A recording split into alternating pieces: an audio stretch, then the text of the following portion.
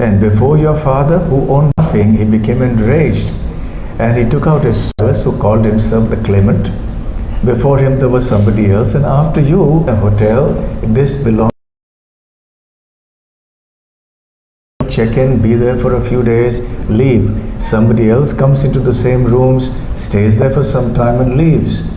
The hotel remains, the room go, somebody else comes, become proud that you are the owner of this palace and of this kingdom.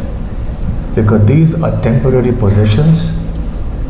And he said, actually everything belongs to God. So there is the concept of divine proprietorship. Even in a trust, you all know of a trust, a charitable trust or any trust. So the principles of dharma, these two principles, divine ownership, human trusteeship, that fundamentally all these things are not ours. They were here before us, they will remain after us.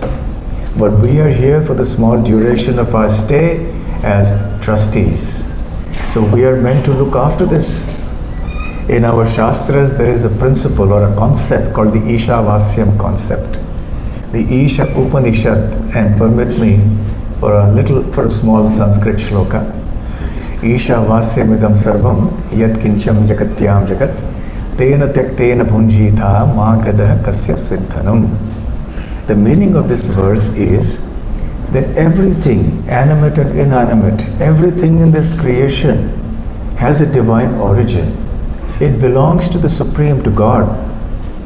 But we all have our quotas that are designated for us according to our past karmas.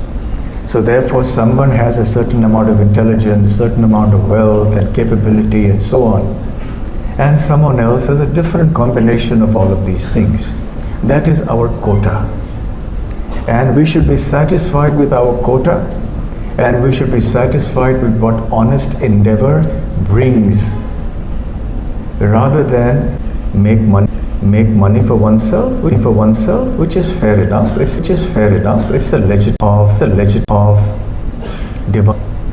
divine proprietorship. Now, for example, us will get 20 lakh rupees. So we share the loot equally of divine proprietorship. A way of earning money is in business and invoices. So the individual ethical foundation for your business, and they had to think you understand about your life is that I have to earn all of you. Because you want to have asking him some pointed questions. So he was caught, and so then he said, look, whatever I do it. So it was bail. That man called up is taken away. My family is to mentor us about what we should be doing and what we should not be doing, even in the field of business. So we also see that when it comes to earning money, we don't think twice. We buy it. They earn a lot. But an important dharmic principle, unethical acts results.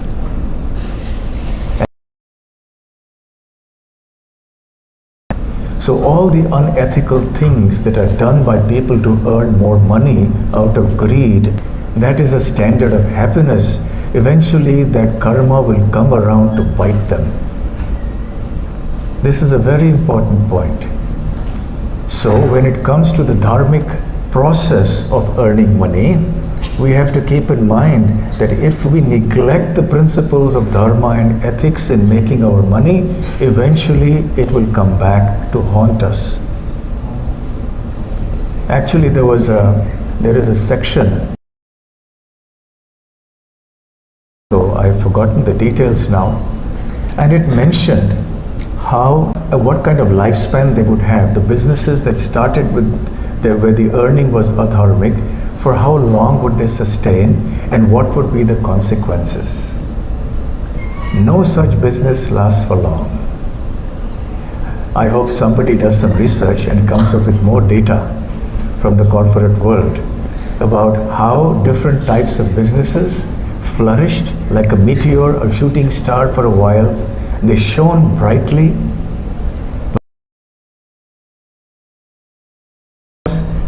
These things do not sustain. Adharma bring about the downfall of those who practice it. So, for those who want to earn money, no harm in earning money. But it is important to keep these things in mind. If you think that you're going to get less money now by following an ethical path, but keep in mind the story that I just told you. Even if you get more money, the price you have to pay for it later will be so high, it is not worth it. So better to go down the straight dharmic path. And if your destiny permits it, you will become wealthy. You see, there is something called destiny. There is something called fate. You may call it naseeb, you may call it by any word, kismat, bhagya, but there is something like that. You may call it luck or bad luck. So therefore, be satisfied with what destiny brings in its wake, and be satisfied with your own honest, intelligent endeavor. Once you have done that, then be balanced, then be equipoised. So now we come to the third point, which is the outcome. First was the process, the motivation. The second is the process, and the third is the outcome. That once you earn your money and you have got the money with you, then what do you do with it? How do you spend it? How do you utilize it? How do you distribute it? That's very important. The utilization phase of the wealth. And by the way, there's one point I just forgot when it comes to earning. When you're in the process of earning, not only should you not be exploitative and not only should you not cheat, but you also have to balance your life and the different departments of your life. The modern day corporate culture is such that it makes you work exceedingly hard, sometimes 12, 13, 14 hours. I know people in the corporate world who work actually 14, 15 hours a day, and they go to work even on Sundays.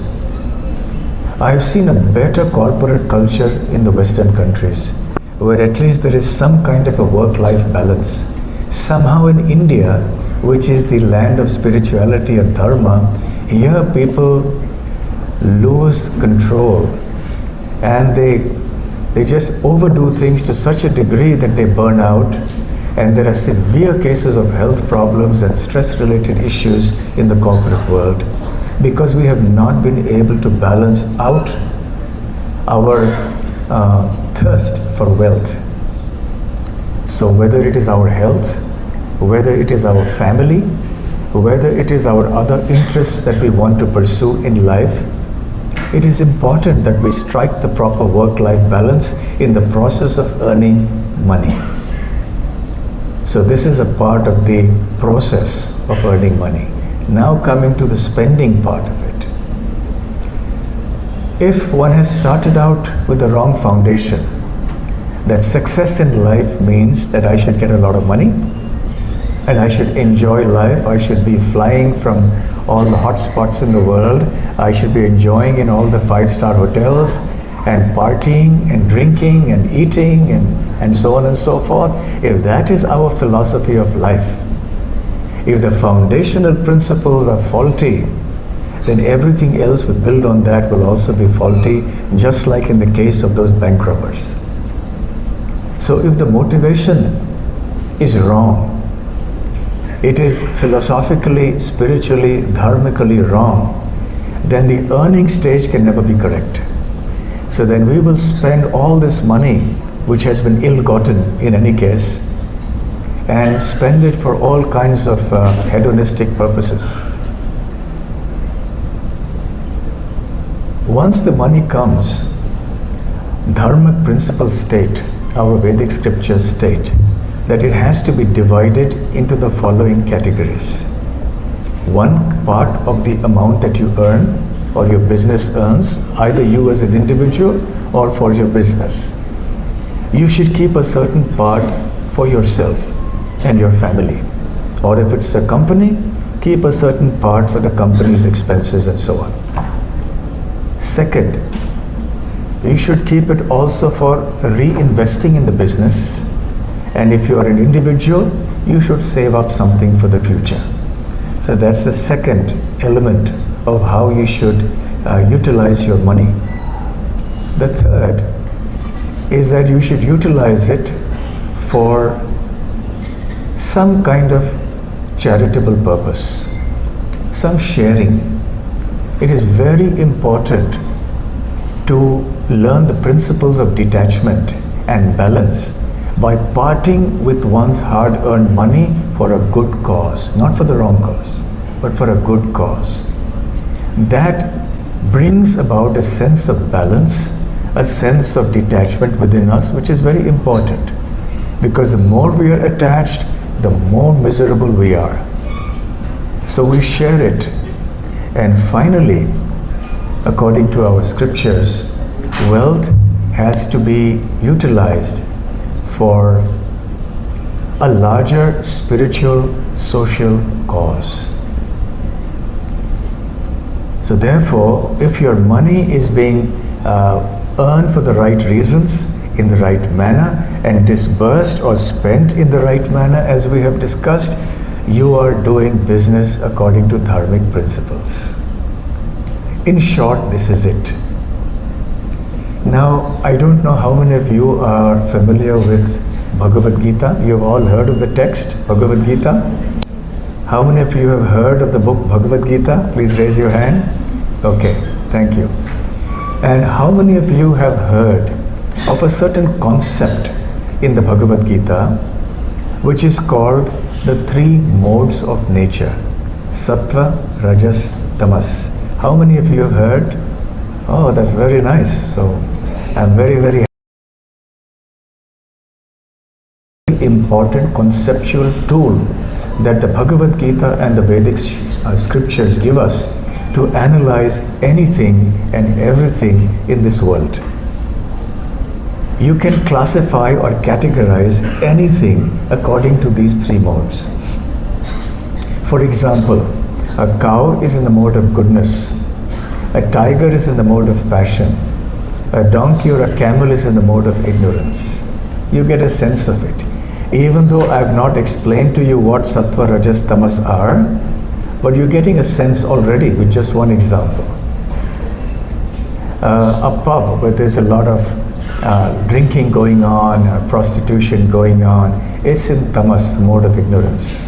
The city life with cinemas and people running around to earn is Rajas, in the mode of passion. A place which is in the countryside with lots of greenery, trees, a very serene environment, and people engaged in very studious activities or philosophical activities, that's Sattva, in the mode of goodness. So I think with these few examples, you're already getting a grip or an understanding of what this concept is. Just as there are three primary colors, red, yellow and blue, and when you combine these different colors in different permutations and combinations, you can get all possible colors in existence. So similarly, we live in a world of infinite variety. And all these varieties can be expressed in terms of various permutations and combinations of these three gunas, as they are called in Sanskrit. The modes of nature, Sattva, Rajas, Tamas. So therefore, let's try to apply very briefly now, before I conclude, the principle of Sattva, goodness, Rajas, passion, and Tamas, ignorance, two principles of business. Sattva, characterized by purity, by serenity, by calmness, by contentment, by knowledge, by light. And business or activities done in the mode of goodness or Sattva will actually generate contentment and joy and satisfaction. So if one has earned money by virtuous means, by dharmic principles, without cheating, without adulterating, in whatever you sell without exploiting anyone. And then that is money earned in the sattvic way, the mode of goodness. And when you spend it for yourself, for peace and happiness for yourself and for the community, then that is expenditure in sattva, in the mode of goodness. Money that is earned by passion and aggression is called rajas. Money earned in the mode of passion. And if it is spent only for one's own enjoyment, for one's prestige and one's personal benefit, then that expenditure is also in the mode of passion. Tamas, or the mode of ignorance, is characterized by duplicity, cheating, violence, cruelty, and money that is earned by tamasic means in the mode of ignorance. If it is spent for causing harm to others, it is being spent to spite some other people. It is being spent to denounce God. It is being spent to sow confusion and chaos in the world. If it is characterized by all kinds of things which make people even go deeper into ignorance, then that is expenditure in the mode of ignorance. So essentially, dharmic business or dharma in business implies that while some degree of rajas or the mode of passion is important, because you need some ambition, you need some drive, you need some initiative to do something. If you don't have drive, then you'll just be laid back and you won't be able to achieve anything in your life. So some degree of rajas is important. However, there should be no tamas. That will pull everything down, and that rajas should also be heavily touched by sattva, or the mode of goodness. The mode of goodness is what will temper you. When you start getting all excited about that new contract which will earn you crores of rupees in a very short time, and you have to cut corners with the law and everything like that, then the sattva in you will come up and say, calm down, take it easy. No, we should not be doing that. It's going to get me into trouble later. But it's not right that I should do this. So dharma in business implies largely a sattvic approach which has some amount of rajas, because without rajas you can't have business activity going on in a very strong manner. So in other words, we can see that our culture, our philosophy gives us so much information. So all of you are on the cusp of your careers right now. You're in the university. You are in such a wonderful place, not only physically in terms of the ambience, but also in terms of the academic ambience. You also have very wonderful and inspirational faculty who are teaching you and looking after you and ensuring your future welfare. So do keep these things in mind. Do consider these points when you step out into your career. Remember, money is important, but it's not everything. Enjoyment, there is a place for it in life, but it's not everything. So whatever you do, whether it's professionally, personally, socially, economically, or in any sphere, try to see that you circumscribe it with the boundary of dharma. And then your life will be sublime and successful. I want to thank Professor Mohanty for having invited me here. He called me up. We knew each other 35 years ago, I think. And then we lost touch for many years. And one fine day, about a year ago, he just called me up. Not even a year ago, maybe a few months ago. And we renewed our contact after decades. So it was such a pleasure seeing him and knowing that he has now transitioned from corporate life to academic life, as I believe is Professor Kumar Mohanty, who has also transitioned from corporate life to academic life. So thank you also very much. and for doing all that you're doing, as all the other faculty members and staff here, and also to each and every one sleeping. Apart from that, every one of you is awake. So I thank you all very much for your attentiveness. Thank you. All the best for the future.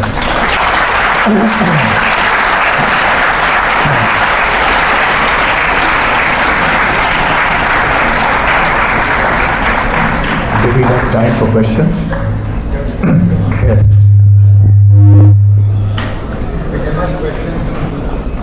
It's a very relevant session.